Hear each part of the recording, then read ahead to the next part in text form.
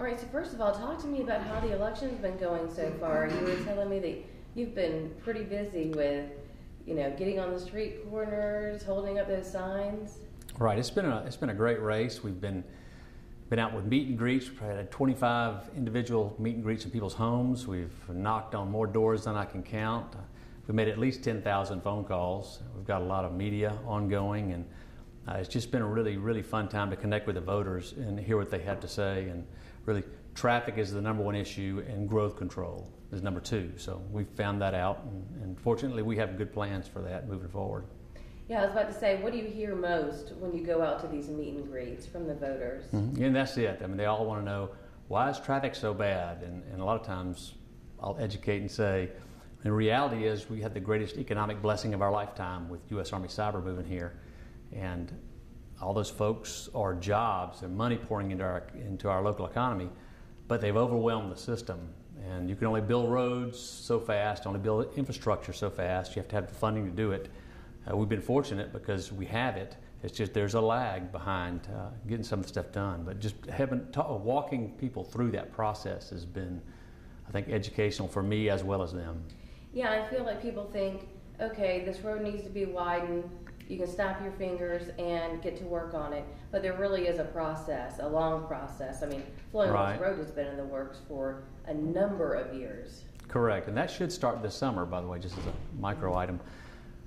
It takes a lot to build and maintain and expand roads, but first you have to have the funding, and local governments won't have that funding without a SPLOST or without state help or federal help, because the vast majority of money comes from the state and the feds. Actually, it flows from us to them, and then it comes back to us in the form of grants and road building. So you have to have the relationships to get the money, but then you also have to have the plan to move it forward.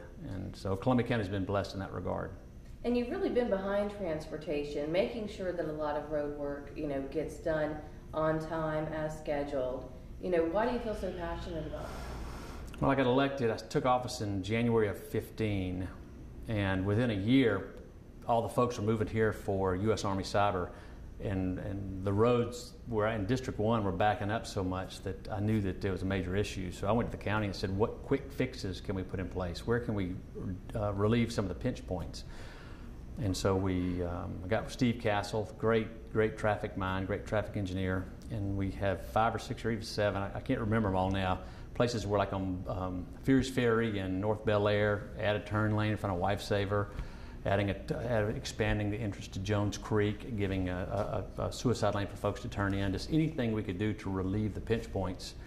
And even that in some instances has been a long process that has taken some permits, but again, a number of those just to try to relieve what we can until the roads get widened and extended. So we've got, with the T-SPLOST, there's still, Flowing Wells Road is going to start this summer. Fierce Ferry Road expansion or widening is going to start next summer. We still have Lewiston Road from Columbia to I-20 that's going to go 4 lanes, and then also from I-20 there in on Horizon South Parkway all the way to Wrightsboro Road, that's going to go 4 lanes. So all these things are funded and in process. It just takes time. It's like planes waiting to take off. Mm-hmm. And you've been in politics now for quite some time. Do you think that gives you a little bit of an edge over the other opponents as far as, being there, dealing, sitting on the commission, having to work with the other commissioners, trying, listening to people when they come in and have grievances and things like that? Having served, I've just started my 4th year, the last year of my first term on the commission. I've definitely learned a lot. An advantage I have is I've had to sit in the seat and vote. You have to choose winners and losers in a lot of instances where it's not clear, it's not objective, and that's really difficult to do because some folks get really passionate. So each vote can create a lot of animosity if you don't vote someone's way. But again, just the experience I've had is being able to deal with that and learn from it. So I do perceive that's an advantage that I have over my opponents. I've sat in that seat. I've had to make those decisions. Relationally, I do have good relationships because I've been involved in the process a long time, and a lot of that you see with the endorsements that I've received. And that's just I've worked with those folks that have won those positions to get things done for the state over a long period of time, and I definitely will use that to Columbia County's advantage if I'm chosen. Yeah, I've interviewed the other opponents, and we bring up, these large endorsements, and they say, I don't need large endorsements. The people of Columbia County, that's what matters. But also, having these large endorsements at the state level, you have a good relationship with them at the state level, which is where things mainly get done and trickles down to the residents of Columbia County. So would you say it is good to have those endorsements and have those relationships because it betters the residents of Columbia County in the end? Definitely so, but let me explain why. You take what we said before about road money, or the money to get road work done. If you can't do major projects without some type of SPLOST or money from the state or the feds, well, it's a whole lot easier if you have the relationships with the officials at the state level to go up and explain the need and then get the funding accelerated. For example, exit 190, it took forever to get a permit from the state to do it, but then they gave us the money to fix that off-ramp problem. But that comes through relationships, and so no, the taxpayers definitely benefit from good relationships at all levels. Okay, and what else do you see? If you also talked about the commission. People seem to think that there's this good old boy system, and you say to the contrary. Yeah, if there's one, I haven't seen it. The commissioners don't run the county. Think of the commissioners as more of a board of directors, the conscience of the county. The staff runs the county. So you have a CEO and the equivalent of vice presidents, and so they run the day-to-day operations. So the commissioners do not run the county. That's for the bureaucrats. We just oversee and make strategy decisions and try to give guidance. So that is a misconception I've run into. Folks think that we're hiring and we're firing, and that's just not the case. And the chair has no control over hiring and firing? No. The hired leadership runs the county, hires the folks, fires the folks, not the commission. Okay, and can commission vote someone out that's on the administration? Yeah, well, at a certain level, they're under contracts, and so the division directors, for example, the assistant administrator, the administrator, they're under employment contracts. But the reality of those contracts is most folks think, oh, they have a contract, and you see in the news where they're getting paid severance, and well, Columbia County contracts, you must be terminated due to no fault of your own. It is a political contract, so if you're terminated for cause, you don't collect severance. That's not reality. And what I have found is folks, there's a misperception. They think that, well, they're just getting paid to leave. Well, not necessarily, no. Here, if you quit or you fired for cause, there is no severance. It's only for the politics changes and somebody doesn't like somebody in a particular seat and they get the 3 necessary votes to fire one of those leaders for no cause, they just don't want them there, then they're going to pay severance. But that's how you get good people. If you think about having really good managers and good leaders within the county, why would you invest your career in something or a particular job where you can just get run off because somebody doesn't like you? So there has to be some type of shield for those people, and that's it.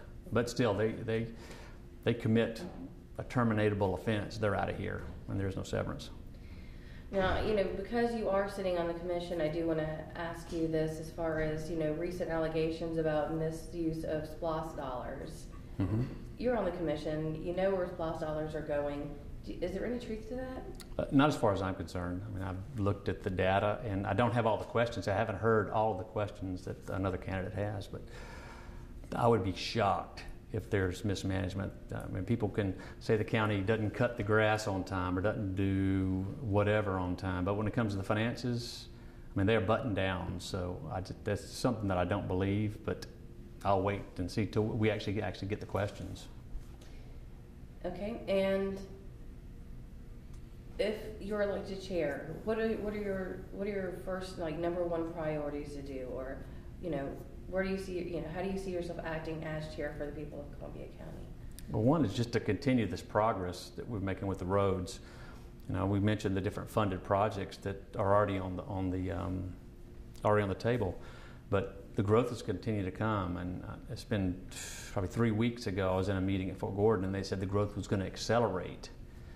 That we haven't peaked, and so we have to have a more robust plan for the future to make sure that, and maybe it's widening William Few, maybe it's widening Wright Spur Road. We need to do the research and plan and have those projects and present to the voters should they want to approve another T-Splost. We have to have that road work done to accommodate all these folks coming to our county. But I just want to emphasize that it is a blessing. I mean, if you're a barber, you have more hair to cut. If you clean teeth, you have more teeth. I mean, so it's money pouring into this area that's such a win.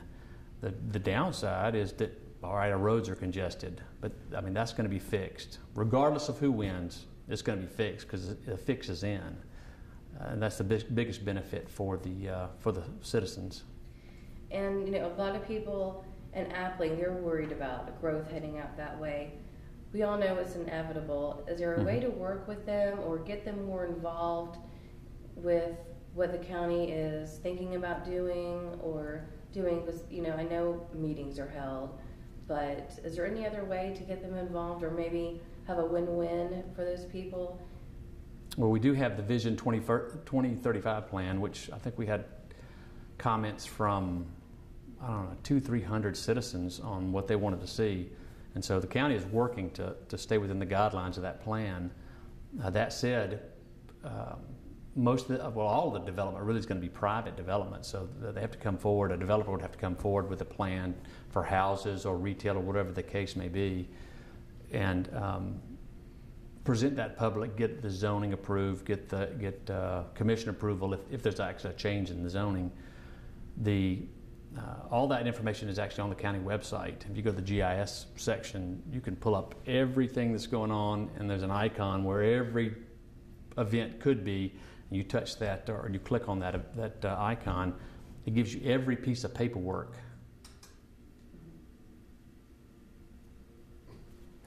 I hope we paid the light bill.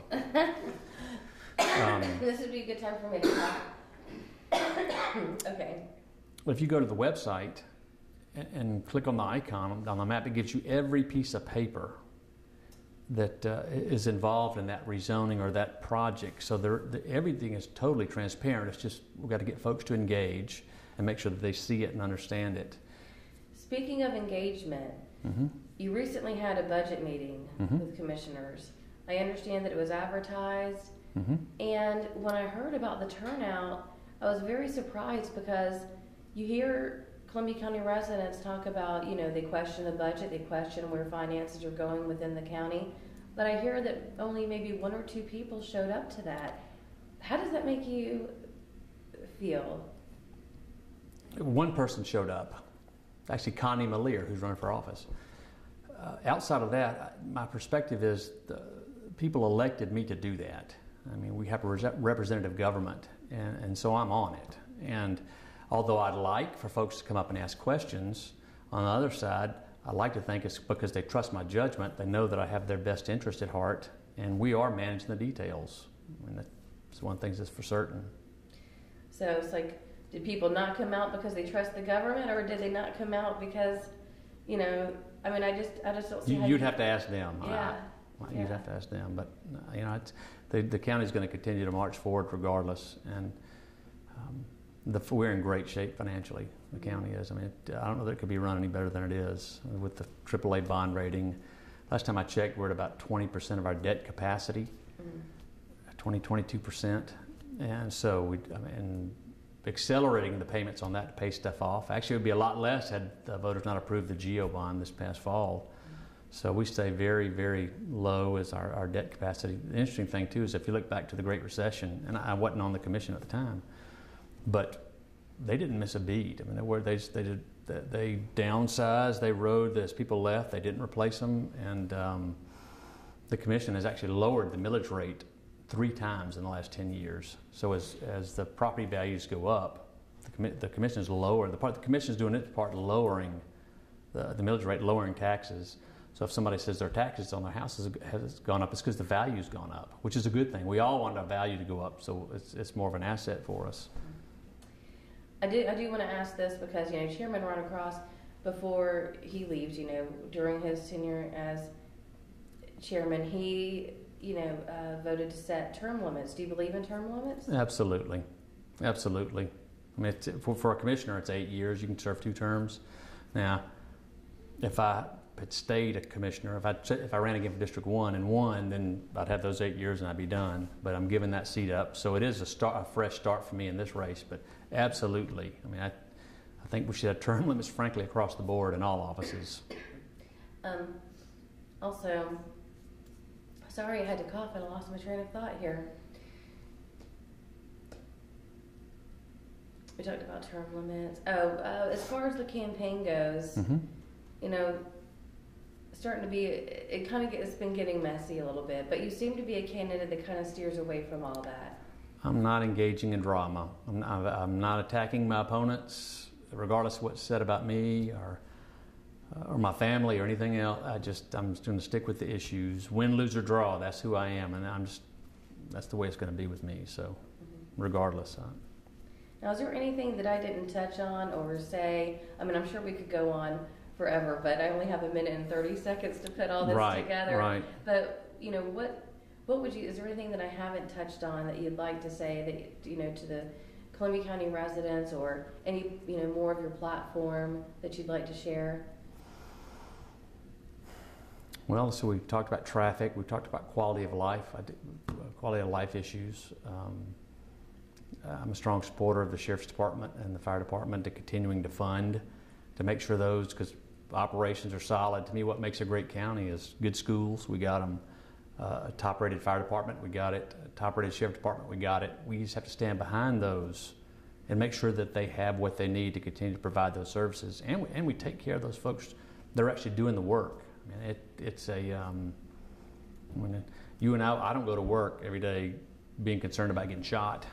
And so these people are running into a burning building. And so we just have to make sure that we provide for those folks, because that's a big part of quality of life. Yeah, I know that the deputies just recently got a raise and are going to be up to par with Georgia State Patrol. That was great for the commission to do that, I think, for them. Well, it did. That's an example of, I saw when the governor raised the pay rates, and they were, for the state, and they were too low. So I went to the sheriff and said, we need to do something. I'm afraid we're going to lose folks. And so I got with other commissioners and Scott Johnson, and we worked out a way to increase their pay. We're doing some with the fire department this year too, just to stem turnover. I mean, we don't want to lose those folks. We've got a lot of great, talented people, and we want to make sure that they can earn a living and have a career in Columbia County. And that's all about having those good relationships. You got it. Totally. All right. Anything else? I think that's it.